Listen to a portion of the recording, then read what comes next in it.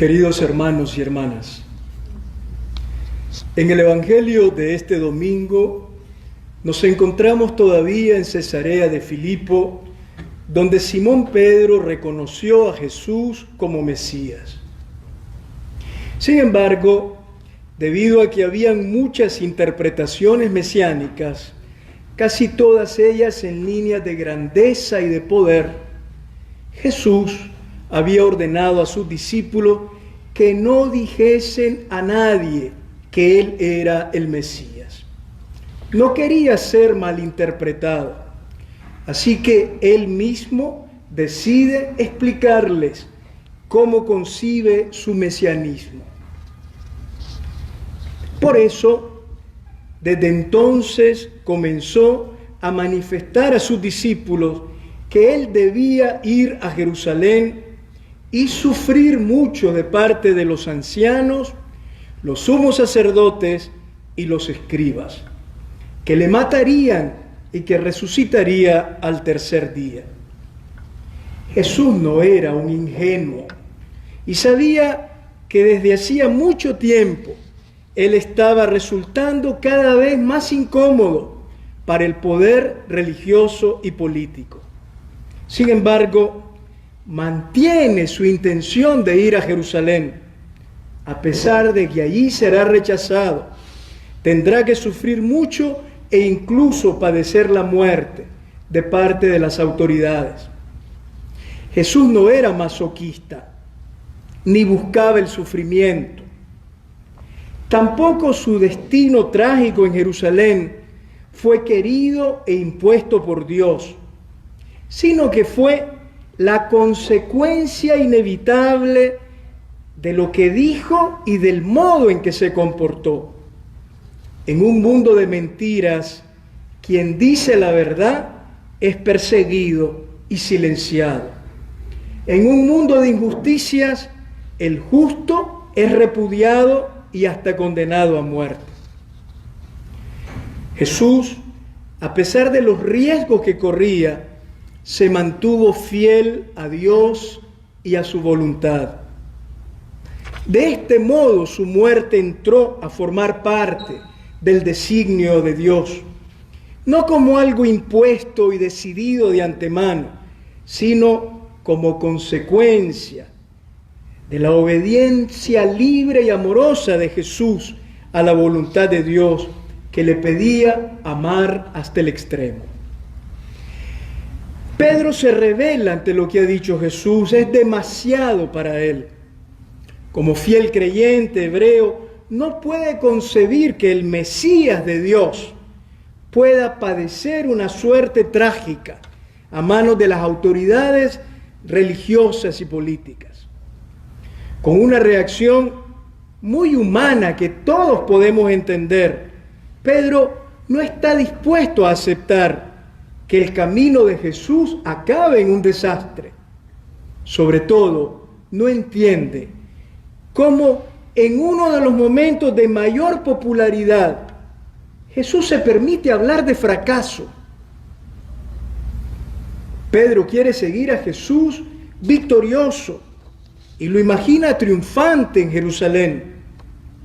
Por eso se lo lleva aparte e intenta darle una lección de realismo y de prudencia, haciéndole ver lo descabellado de sus palabras. Lo reprende, dice textualmente el Evangelio, para que se olvide de lo que acaba de decir. Ni se te ocurra, Señor, le dice Pedro, de ningún modo te puede suceder esto. La lógica de Pedro domina en nuestras sociedades todavía hoy. Se rechaza instintivamente lo que nos coloca en una situación de inferioridad. Jesús nos enseña, en cambio, que solo por el camino de la pequeñez y el olvido de sí mismo podemos poner a Dios y a los demás en primer lugar. A muchos les parece insensato cuestionar a los poderosos y prefieren callar o pactar. Jesús, en cambio, no quiere tomar el poder. ni teme ser víctima del poder por proclamar la verdad de Dios. Muchos creen que solo dominando se puede colaborar a cambiar el mundo y que basta el poder para resolver los problemas. Jesús, en cambio, nos enseña que las cosas cambian solo cuando se ofrece la propia vida en un gesto sincero de generosidad con Dios y con los demás. Qué distinta la lógica de Pedro a la lógica de Jesús. La lógica de Pedro también se impone en nuestro corazón cuando creemos que ser populares nos hace más importante, cuando soñamos con aplausos, cargos o grandezas, cuando anhelamos la fama y el poder, cuando anhelamos ser encumbrados, cueste lo que cueste, al primer lugar, siempre por encima de los demás. La reacción de Jesús fue muy fuerte. Quítate de mi vista, Satanás. Solo me sirves de escándalo, porque tus pensamientos no son los de Dios, sino los de los hombres. Jesús ve en la lógica de Pedro, en el modo de pensar de Pedro, a Satanás, el enemigo que aparta a los hombres del camino de Dios y lo siente como motivo de escándalo. En el lenguaje bíblico quiere decir piedra de tropiezo. Jesús desea cumplir la voluntad del Padre hasta el final. Pedro piensa, en cambio, en un camino de victorias y sueña con el éxito humano. Por eso Jesús le pide que se aparte de él, que se quite de su vista. Pero literalmente el texto griego del Evangelio dice que se ponga atrás, lo que hemos traducido como apártate o quítate de mi vista, en griego es ponte detrás de mí, que se ponga detrás, como discípulo, que ocupe su lugar para poder seguirlo, que aprenda de él y no pretenda desviar su camino hacia el poder y hacia el triunfo. Cuando Pedro se deja enseñar por Dios, se convierte en la piedra sobre la cual Jesús construye su iglesia. Cuando se deja guiar por intereses humanos y egoístas, queriendo apartar a Jesús del camino de la cruz, se convierte en una piedra de tropiezo y cumple la función del tentador satánico.